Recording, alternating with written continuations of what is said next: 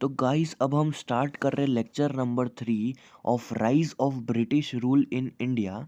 तो lecture number 1 में हमने पढ़ा कि कैसे अलग अलग तरह के लोग जैसे कि पोर्चुगीज़, फ्रेंच, ब्रिटिशर्स इंडिया में कैसे आए। लेक्चर नंबर 2 में हमने पढ़ा बैटल ऑफ बक्सर और बैटल ऑफ प्लासी के बारे में। अब हम पढ़ेंगे कि कैसे ये कंपनी जो है उसने अपने रूल को एक्सपांड किया। तो 1773 में इंग्लिश गवर्नमेंट ने एक एक्ट पास किया और इस एक्ट के मुताबिक जो बंगाल के गवर्नर थे उनको गवर्नर इन जनरल बना दिया गया था। इसका मतलब अब जो बंगाल के गवर्नर थे वो सिर्फ बंगाल के नहीं थे, उनके अंडर मुंबई और मद्रास के भी गवर्नर आ चुके थे। और जो सबसे पहले गवर्नर जनरल थे इंडिया के, उनका नाम है वॉरेन हेस्टिंग। और जब वॉरेन हेस्टिंग के टाइम पे उनको दो बैटल लड़नी पड़ी थी। एक तो फर्स्ट मराठा वॉर लड़ी थी और दूसरी इन्होंने सेकेंड मैसूर वॉर लड़ी थी। और सेकेंड मैसूर वॉर इन्होंने हैदर अली के साथ लड़ी थी। अब इनको बहुत प्रॉब्लम फेस करनी पड़ी थी क्योंकि इनको दोनों बैटल एक साथ में लड़नी थी। अब वॉरेन हेस्टिंग को जो सक्सेसर होंगे वो है कॉर्नवालिस। तो कॉर्नवालिस जो है इन्होंने थर्ड मैसूर वॉर लड़ी थी। जैसे सेकेंड मैसूर वॉर में हैदर अली थे वैसे थर्ड मैसूर वॉर में टिप्पू सुल्तान थे। तो थर्ड मैसूर वॉर किसके बीच में हुई थी? टिप्पू सुल्तान और कॉर्नवालिस के बीच में। टिप्पू सुल्तान को सब वो टाइम पे टाइगर ऑफ मैसूर भी कहते थे। यहाँ पे जो कंपनी है उसने एक चालाकी करी, उसने मराठा और निज़ाम को अपनी तरफ कर लिया और ये तीनों ने मिलके जो टिप्पू सुल्तान है उनको इस वॉर में हरा दिया। अब सर जॉन शोर ने रिप्लेस किया कॉर्नवालिस को। मतलब अब सर जॉन शोर बन चुके थे नए गवर्नर जनरल, लेकिन ये इतने सक्सेसफुल साबित नहीं हुए जिसकी वजह से जो ईस्ट इंडिया कंपनी है उसका जो फेम था, जो फेमस हुई थी, वो डिक्लाइन हो गया, वो कम हो गया। और वो टाइम पे मतलब सर जॉन शोर के टाइम पे जो मराठा लोग हैं वो स्ट्रॉन्ग बन चुके थे। अब सर जॉन शोर को रिप्लेस किया वेलेस्ली ने। तो वेलेस्ली के कंधों पे बहुत ही जिम्मेदारी थी कि वो जो फेम कम हो गया था उस फेम को बढ़ाए। तो वेलेस्ली ने दिमाग लगा के एक सिस्टम लेके आए जिसको बोलते हैं सब्सिडरी अलायंस सिस्टम। तो वेलेस्ली किसको लेके आए? वेलेस्ली अपनी सास को लेके आए। SAS सास, यानी कि सब्सिडरी अलायंस सिस्टम।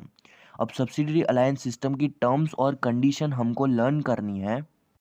तो हमारे पास यहाँ पे 5 कंडीशन है। उसमें सबसे पहली कंडीशन ये है कि जो भी स्टेट इस सब्सिडरी अलायंस सिस्टम को एक्सेप्ट करेगा उसको जो ईस्ट इंडिया कंपनी है वो अपनी आर्मी देगी उस स्टेट के प्रोटेक्शन के लिए।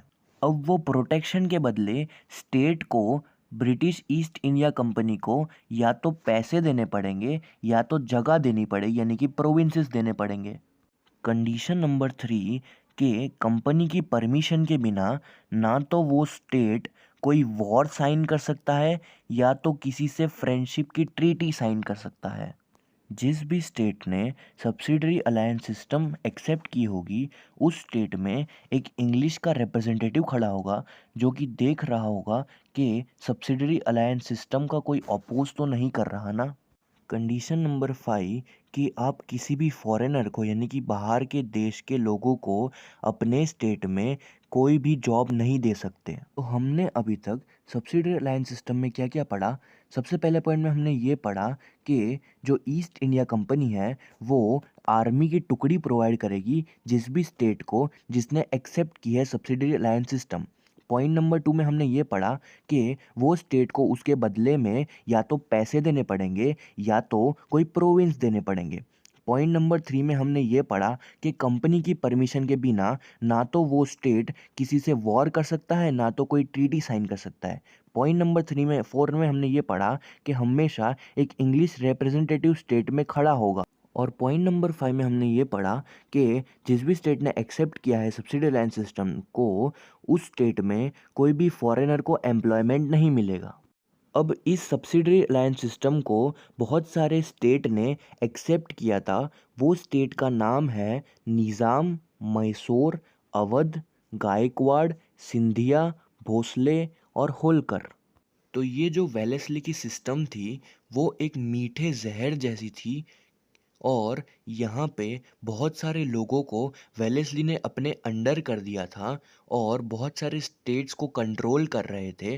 अब वेलेस्ली गए टीपू सुल्तान के पास और उन्होंने उनको भी कहा कि आप भी सब्सिडरी अलायंस सिस्टम को एक्सेप्ट कर लीजिए, लेकिन टीपू सुल्तान ने साफ इनकार कर दिया, जिसकी वजह से वेलेस्ली ने निज़ाम की हेल्प ली और दोनों ने मिलके मैसूर को अटैक करने का प्लान बनाया। तो फोर्थ मैसूर वॉर में ब्रिटिशर्स और निज़ाम ने अटैक किया टीपू सुल्तान पे, और टीपू सुल्तान ने यही वॉर में अपनी जान गंवा दी। अब वेलेस्ली की जगह आए थे हेस्टिंग। हेस्टिंग ने आते ही नेपाल में जो गुरखा लोग रह रहे थे उनको फोर्स किया कि वो आके ब्रिटिश की आर्मी को ज्वाइन कर ले। हेस्टिंग ने पिंडारास के साथ भी बैटल किया और उनको भी अपने अंडर कर लिया। अब एक गवर्नर जनरल आते हैं जिनका नाम था विलियम बेंटिक, जिनको लिबरल गवर्नर जनरल माना जाता था क्योंकि वो बहुत ही लिबरल थे, यानी कि स्ट्रिक्ट नहीं थे। तो विलियम बेंटिक का ये मानना था कि अभी तक जितने भी गवर्नर जनरल आए थे उनकी पॉलिसी इम्पेरियलिस्ट थी, यानी कि जो खुद के ही बारे में सोचते हैं, और उसकी वजह से जो लोगों का भरोसा था गवर्नर जनरल से वो उठ चुका था और वो डिससेटिस्फाई हो चुके थे। और विलियम बेंटिक बोलने में नहीं बल्कि काम से भी बहुत ही लिबरल थे, यानी कि लोगों के बारे में सोचते थे। अब विलियम बेंटिक के बाद एक और गवर्नर जनरल आए जिनका नाम था डेलहाउजी। और डेलहाउजी बहुत ही फियर्स, यानी कि गुस्से वाले इम्पेरियलिस्ट थे, यानी कि जो सिर्फ अपने बारे में सोचते और अपनी जो कंपनी है उसको एक्सपांड करने के बारे में सोचते हैं। और उसी को एक्सपांड करने के लिए डेलहाउजी एक पॉलिसी लेके आए जिसका नाम था पॉलिसी ऑफ एनेक्सेशन। एनेक्सेशन का मतलब होता है किसी भी चीज़ को कैप्चर करना। तो अब डेलहाउजी अलग अलग तरह से बहुत सारे स्टेट को एनेक्स कर रहे थे, यानी कि कैप्चर कर रहे थे। सबसे पहले उन्होंने कैप्चर किया उनसे लड़ाई करके, वॉर करके। तो ऐसे इन्होंने कैप्चर किया पंजाब को और पेगू को। नंबर 2 पे इन्होंने कैप्चर किया, अगर कोई किंग मर गया है और उसका कोई वारिस नहीं है तो ऐसे इन्होंने कैप्चर किया सतारा, जेतपुर, संबलपुर, उदयपुर, झांसी, भगत और नागपुर को। नंबर 3 पे इन्होंने कैप्चर किया, एनेक्स किया कि जो किंग है वो अपने किंगडम को सही से संभाल नहीं पा रहा, मैनेज नहीं कर पा रहा, तो ऐसे इन्होंने किया अवध को। नंबर 4 पे अगर कोई किंग है तो उसके किंगडम पे बहुत सारा कर्जा है, डेप्ट है, तो डेप्ट के कलेक्शन के बदले उस वही किंगडम को अपने अंडर ले लिया, जैसे कि निज़ाम के बहुत सारे प्रोविंसेस को।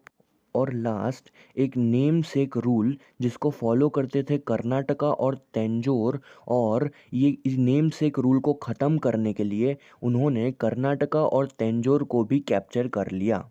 डेलहाउसी एक इम्पेलिस्ट तो थे ही। इम्पेलिस्ट का मतलब क्या, यानी कि जो खुद के बारे में, खुद की कंपनी के बारे में सोचते थे, लेकिन वो एक रिफॉर्मिस्ट भी थे, यानी कि नए नए लॉज बनाना और नई नई चीज़ें लाना। जैसे कि सबसे पहला है ये लेके आए 1853 में मुंबई से थाने के बीच में रेलवे लाइन को लेके आए। नंबर 2 ये लेके आए वायरलेस सिस्टम इंडिया और इंग्लैंड के बीच में, ताकि कम्युनिकेशन हो पाए। पॉइंट नंबर 3 इन्होंने बहुत सारे वर्क डिपार्टमेंट बनाए ताकि लोग काम कर सकें। और पॉइंट नंबर 4 ये इंडिया में इंग्लिश का एजुकेशन लेके आए। अब इसके अलावा इन्होंने कुछ अच्छे काम भी किए, जैसे कि वो टाइम पे बच्चों के शादी हो जाती थी, चाइल्ड मैरिज होते थे, और उसको उन्होंने बैन किया, उसको ख़त्म किया। और जो वीडो होती है, वीडो यानी कि जिसके हस्बैंड की डेथ हो जाती है तो उनको वो टाइम पे शादी करने की परमिशन नहीं थी, तो वीडो रीमैरिज की भी परमिशन इन्होंने दी। तो अब बाकी का जो बचा है वो हम पढ़ेंगे नेक्स्ट क्लास में जो कि हमारी लास्ट क्लास होगी। तो मिलते हैं उसी क्लास में।